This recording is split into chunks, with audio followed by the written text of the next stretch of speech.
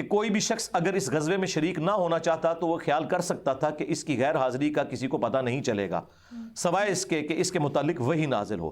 تو حضرت کعب کا کیا عقیدہ تھا کہ نبی علیہ السلام ان کے صحابہ کے پاس علم غیب نہیں تھا جب تک کہ اللہ تعالیٰ وحی کے ذریعے نہ بتا دے. تو باب شاہی کوئی نہیں.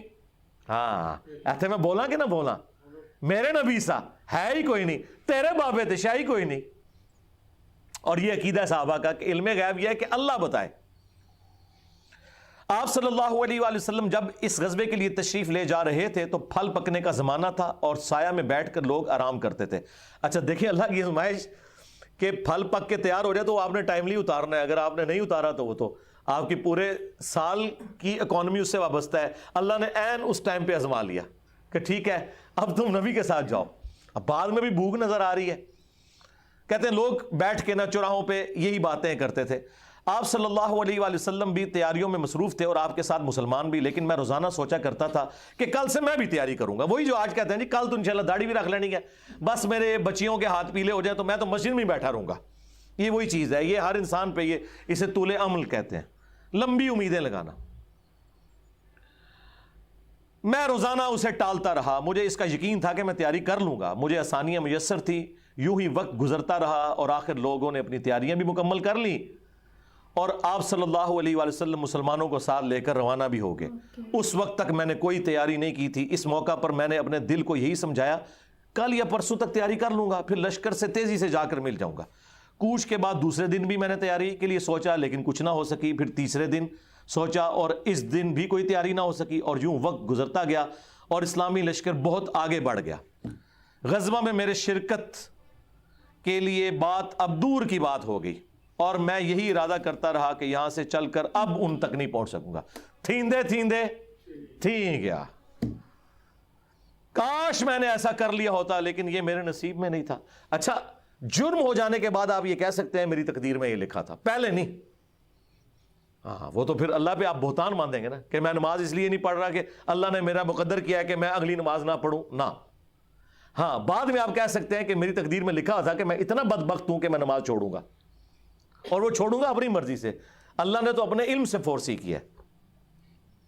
آپ صلی اللہ علیہ وآلہ وسلم کے تشریف لے جانے کے بعد جب میں باہر نکلتا تو مجھے بڑا دکھ ہوتا, کیونکہ یا تو وہ لوگ نظر آتے تھے جن کے چہروں سے نفاق ٹپکتا تھا.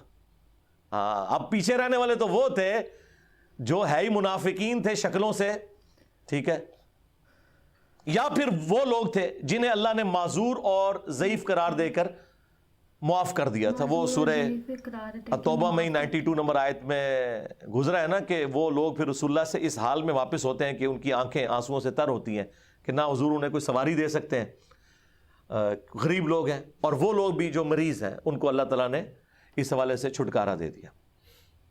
آپ صلی اللہ علیہ وآلہ وسلم نے میرے بارے میں کسی سے کچھ نہیں پوچھا, لیکن جب آپ تبوک پر پہنچے تو وہیں ایک مجلس میں آپ نے دریافت کیا کہ کعب نے کیا کیا. آپ نظروں میں تو تھا نا جی, خاص بندے جو ہوتے ہیں وہ نظروں میں تو ہوتے ہیں. یعنی یہ تو ایکسپیکٹ ہی نہیں نہ کیا جا سکتا کہ مین ٹیم ممبر پیچھے رہ جائے. تو اس سے اندازہ لگائے کہ حضرت کعب بن مالک کو چھوٹے بندے نہیں تھے. بنو سلمہ کے ایک صاحب نے کہا یا رسول اللہ اس کے غرور نے اسے آنے نہیں دیا. اس پر حضرت معاذ ابن جبل بولے تم نے بری بات کہی. یا رسول اللہ خدا کی قسم ہمیں ان کے متعلق خیر کے سوا اور کچھ معلوم نہیں. تو نبی علیہ السلام نے اس کے جواب میں کچھ نہیں فرمایا. دیکھیں انہوں نے پوری رپورٹ لی ہے پیچھے سے کہ کیا کچھ ہوتا رہا وہاں. اب حضور نے کوئی ورڈنگ دی, ظاہر ہے نبی علیہ السلام کو بھی غصہ تھا. کعب بن مالک رضی اللہ تعالیٰ نے بیان کیا کہ جب مجھے معلوم ہوا کہ نبی علیہ السلام واپس تشریف لا رہے ہیں تو اب مجھ پر فکر سوار ہونے لگی اور میرا ذہن کوئی ایسا جھوٹا بہانہ تلاش کرنے لگا جس سے میں کل حضرت کی ناراضگی سے بچ سکوں. دیکھیں وہ بھی عام انسان تھے, اتنے اولو العزم صحابہ, لیکن ظاہر نفس تو ہر بندے کے ساتھ لگا ہے. وہ بھی سوچ رہے ہیں کہ یار چلو میں بہانہ کر لوں گا, کوئی مجبوری تھی. اوئے ہوئے ہوئے ہوئے. اپنے گھر کے ہر عقل مند آدمی سے اس کے متعلق میں نے مشورہ بھی کی, لیکن جب مجھے معلوم ہوا کہ نبی علیہ السلام مدینے سے بالکل قریب آ چکے ہیں تو غلط خیالات میرے ذہن سے بالکل نکل گئے اور مجھے یقین ہو گیا کہ اس معاملے میں جھوٹ بول کر اپنے آپ کو کسی طرح محفوظ نہیں کر سکتا. چنانچہ میں نے سچی بات کہنے کا پختہ ارادہ کر لیا. صبح کے وقت حضرت جب تشریف لائے تو آپ صلی اللہ علیہ وآلہ وسلم جب کسی سفر سے واپس آتے تھے تو آپ کی یہ مبارک عادت تھی کہ پہلے مسجد میں تشریف لے جا کر 2 رکعت نوافل پڑھتے، پھر لوگوں کے ساتھ مجلس میں بیٹھتے۔ جب آپ اس عمل سے فارغ ہو چکے تو آپ کی خدمت میں لوگ آنے لگے جو غزوہ میں شریک نہیں ہوئے تھے، اور قسم کھا کھا کر اپنے عذر بیان کرنے لگے، اور ایسے لوگوں کی تعداد 80 کے قریب تھی، یعنی 80 لوگ ایسے تھے جو جھوٹے بہانے لگا رہے تھے۔ آپ صلی اللہ علیہ وآلہ وسلم نے ان کے ظاہر کو قبول فرما لیا اور ان سے دوبارہ سے عہد بھی لے لیا، ان کے لیے دعائے مغفرت بھی کی۔ دیکھو جی، آپ لوگ تو کہتے ہیں کوئی بزرگ دعا کر دے، حضور نے بھی دعائے مغفرت کر دی ہے، لیکن اللہ نے کراس پھیر دیا ہے۔ ہاں، یہ ذہن میں رکھیں، آپ نے بہانہ بھی قبول کر لیا، دوبارہ سے بیعت بھی کر لی، چلو تجدید عہد بھی ہو گیا جی، اگر بیعت ٹوٹ گئی تو دوبارہ ہو گئی، اور دعا بھی کر دی، اور ان کے باطن کو اللہ کے سپرد کر دیا۔ کیا بات ہے جی، یہ میرے نبی کا ہی جگر ہے جی، شکلوں سے بھی پہچان لیا ہے، صحابہ اگر پہچان ہے کا باطن کا معاملہ اللہ جانے، اس کے بندے جانے۔ اس کے بعد میں حاضر ہوا، میں نے سلام کیا تو آپ علیہ السلام مسکرائے، آپ کی مسکراہٹ میں ناراضگی تھی۔ آپ نے فرمایا آؤ، میں چند قدم چل کر آپ کے سامنے بیٹھ گیا۔ آپ نے مجھ سے دریافت کیا کہ تم غزوہ میں کیوں شریک نہیں ہوئے، کیا تم نے کوئی سواری نہیں خریدی تھی؟ میں نے عرض کیا میرے پاس سواری موجود تھی، اللہ کی قسم اگر میں آپ کے سوا کسی دنیا دار شخص کے سامنے آج بیٹھا ہوتا تو کوئی نہ کوئی بہانہ کر لیتا اور اس کی ناراضگی سے بچ جاتا۔ مجھے خوبصورتی کے ساتھ گفتگو کا سلیقہ بھی معلوم ہے، لیکن اللہ کی قسم مجھے یقین ہے کہ اگر آج میں آپ کے سامنے کوئی جھوٹا بہانہ کر بھی دوں اور آپ راضی بھی ہو جائیں تو بہت جلد اللہ تعالیٰ آپ کو مجھ سے ناراض کر دے گا، کیونکہ میں بظاہر تو بہانہ کروں گا لیکن اللہ تو وحی کے ذریعے آپ کو بتا دے گا یہ جھوٹ بول رہا ہے۔ اس کی بجائے اگر میں آپ سے سچی بات کروں تو یقیناً آپ کو میری طرف سے ناراضگی تو ہوگی، لیکن اللہ سے مجھے امید ہے کہ وہ مجھے معاف کر دے گا۔ خدا کی قسم مجھے کوئی عذر نہیں تھا، اللہ کی قسم اس وقت سے پہلے میں کبھی اتنا آسودہ حال نہیں تھا، اور پھر بھی میں آپ کے ساتھ شریک نہ ہو سکا۔ نبی علیہ السلام نے فرمایا کہ اس نے سچی بات بتا دی، اچھا اب جاؤ یہاں تک کہ اللہ تمہارے بارے میں خود ہی کوئی فیصلہ کرے۔ میں اٹھ گیا اور میرے پیچھے بنو سلمہ کے کچھ لوگ بھی دوڑے آئے اور مجھ سے کہنے لگے اللہ کی قسم ہمیں تمہارے متعلق یہ معلوم نہیں تھا کہ اس سے پہلے تم نے کوئی گناہ کیا ہو، تم نے تو بڑی غلطی کی۔ آپ علیہ السلام کے سامنے ویسے ہی کوئی بہانہ کر دیتے جیسا کہ دوسرے لوگوں نے کیا، تمہارے گناہ کے لیے نبی علیہ السلام کا استغفار ہی کافی ہو جاتا، وہی جو کچھ بھی ہیں تیرے محبوب کی امت سے ہیں۔ لیکن سرکار یہ کعب بن مالک تھے، ان کو پتا تھا، اور مشورہ دینے والے بھی صاحب ہیں، دیکھو کیا مشورہ دے رہے ہیں کہ کوئی بہانہ کر لینا سی، حضور نے دعا کرنی سی۔ مینٹیلٹی اس زمانے میں بھی اس طرح ہی تھی، یہ نہ سمجھیں آج کے لوگ ہی کہتے ہیں، اس زمانے میں بھی ڈھیلے مسلمان تو تھے، تو حضور نے تیرے لیے دعا کر دینی تھی، تو تو نے تو یہ کام۔ اللہ کی قسم ان لوگوں نے مجھے اتنی ملامت کی کہ مجھے خیال آیا کہ واپس جا کر کوئی جھوٹا بہانہ کر ہی آؤں۔ اندازہ کرو ایڈا انہوں نے جناب انہوں نے کیتا کہ چلو ٹھیک ہے میں ان جا کے بہانہ کر لوں۔ پھر میں نے ان سے پوچھا کیا میرے علاوہ کسی اور نے بھی کوئی ایسا عذر بیان کیا ہے؟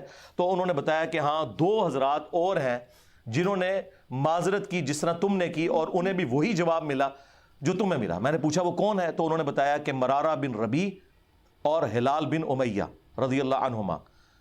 ان 2 ایسے صحابہ کا نام انہوں نے لے دیا جو صالح تھے اور اصحاب بدر بھی تھے، ان کا طرز عمل میرے لیے نمونہ بن گیا۔ انہوں نے کہا اگر یہ 2 بدری صحابی بھی ان کے ساتھ بھی یہی کچھ ہوا ہے نا تو میں اچھے لوگوں کی فہرست میں اب شامل ہو جاؤں، میں اب پکا رہوں۔ ان کا طرز عمل میرے لیے نمونہ بن گیا۔ چنانچہ انہوں نے جب ان بزرگوں کا نام لیا تو میں اپنے گھر چلا آیا۔ آپ علیہ السلام نے لوگوں کو ہم سے بات چیت کرنے سے ممانعت کر دی۔ لو جی سوشل بائیکاٹ ہو گیا۔ اللہ اکبر۔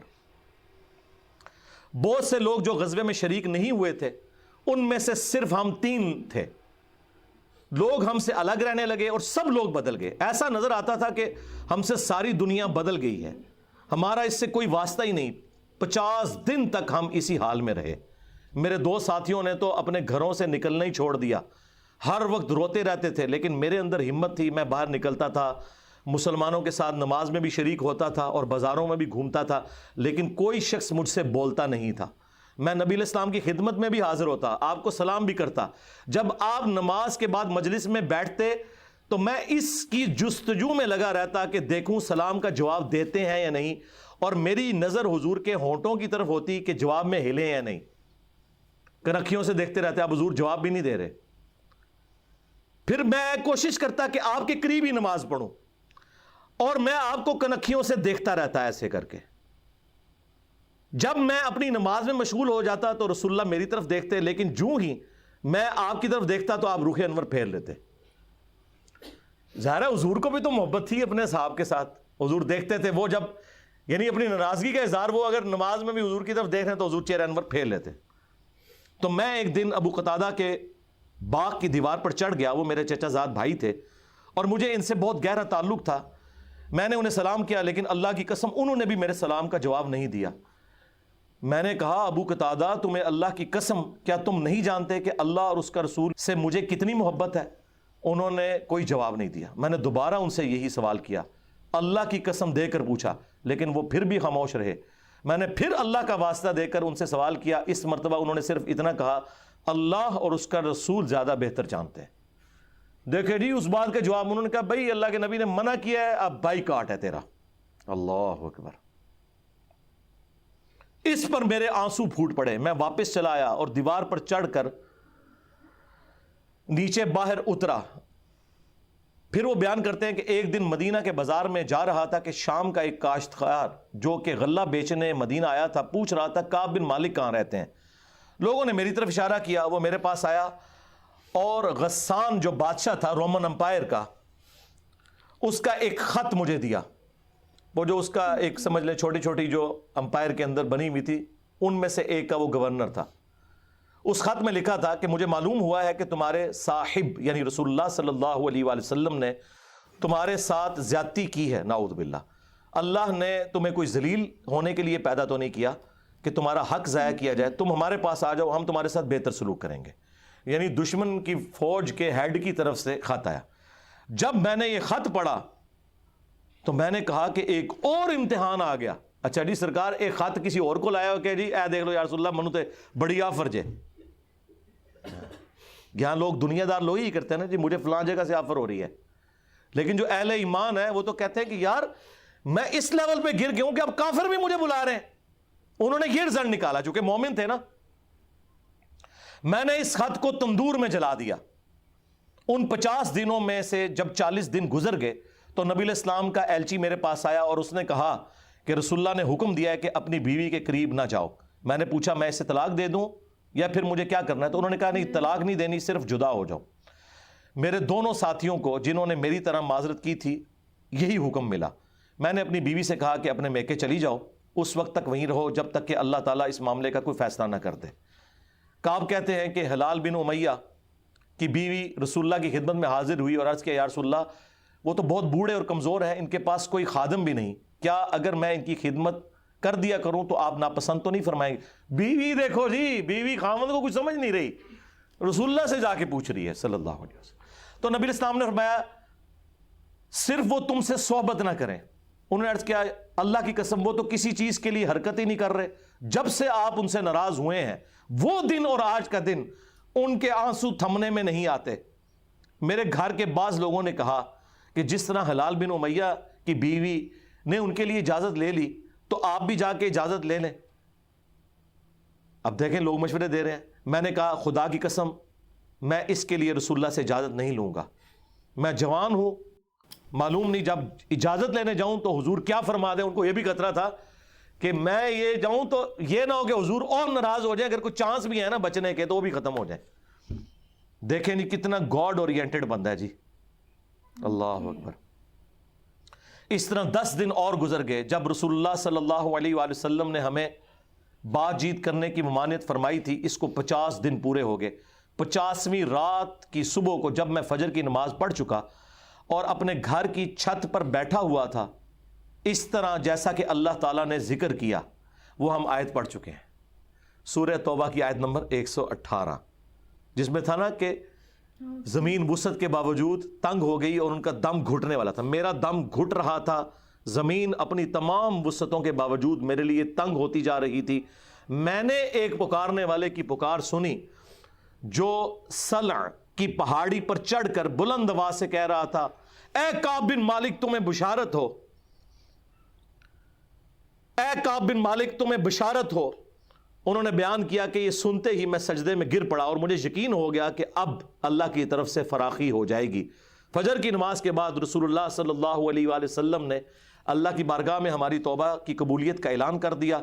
لوگ میرے پاس بشارت دینے کے لیے آنے لگے اور میرے دو ساتھیوں کو بھی جا کر بشارت دی۔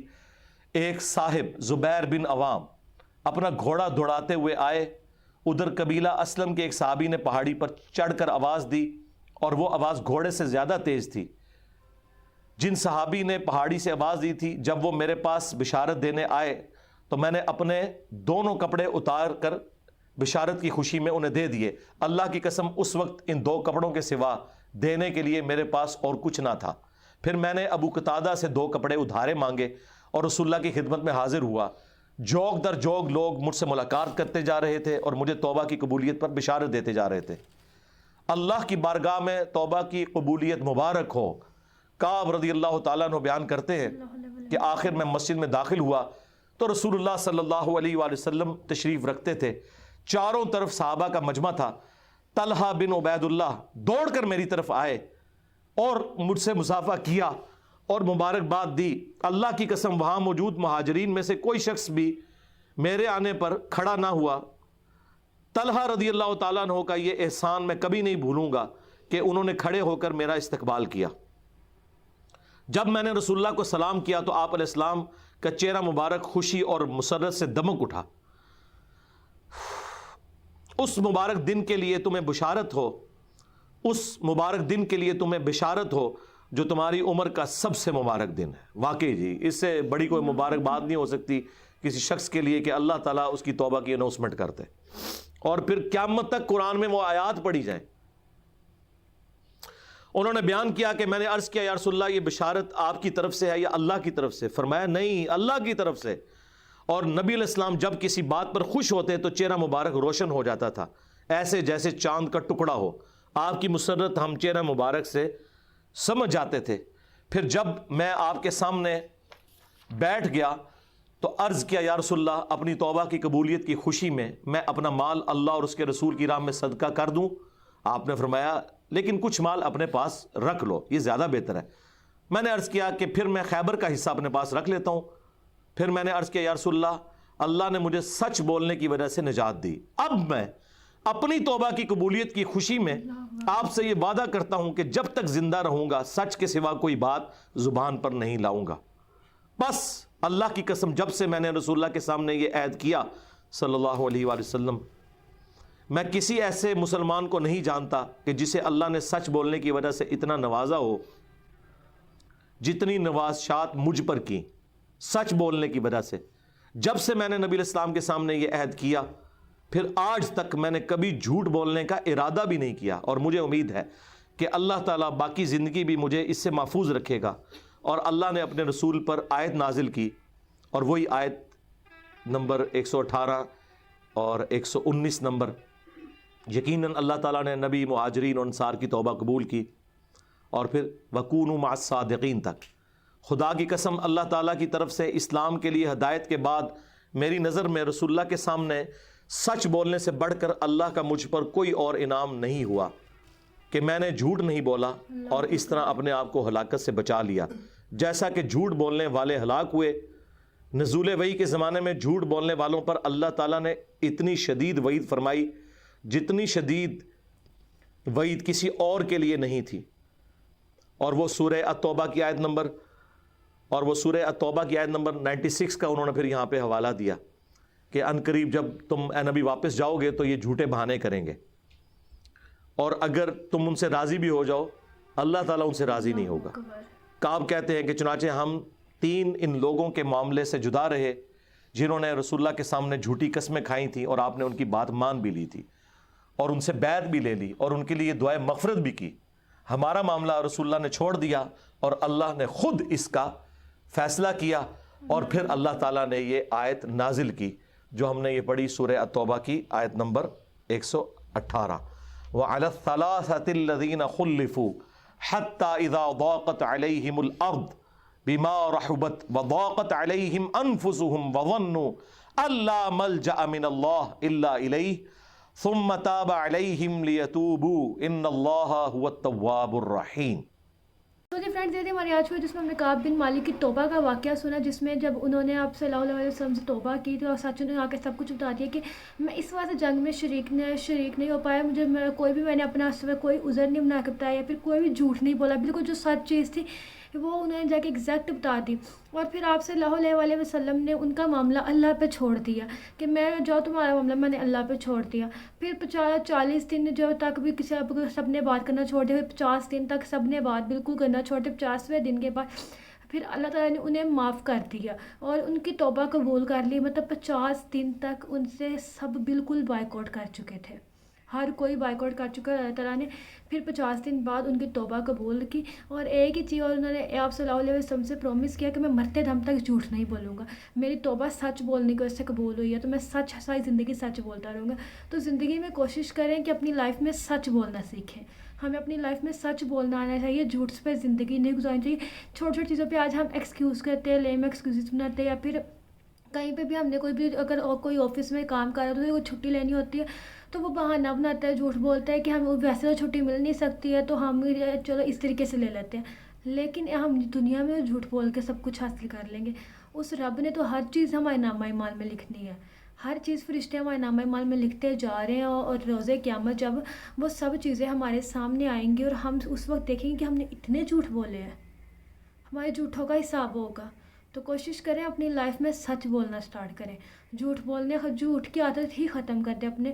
جب آپ سچ بولنا مشکل ضرور ہے لیکن بہت مشکل نہیں ہے کہ آپ بولنا سٹارٹ کریں گے تو آپ کو عادت ہو جائے گی، آپ کی لائف میں سے غلط ختم ہو جائے گا۔ یہ تھی ہماری آج کی ویڈیو، مجھے امید ہے آپ کو ویڈیو اچھی لگی ہوگی۔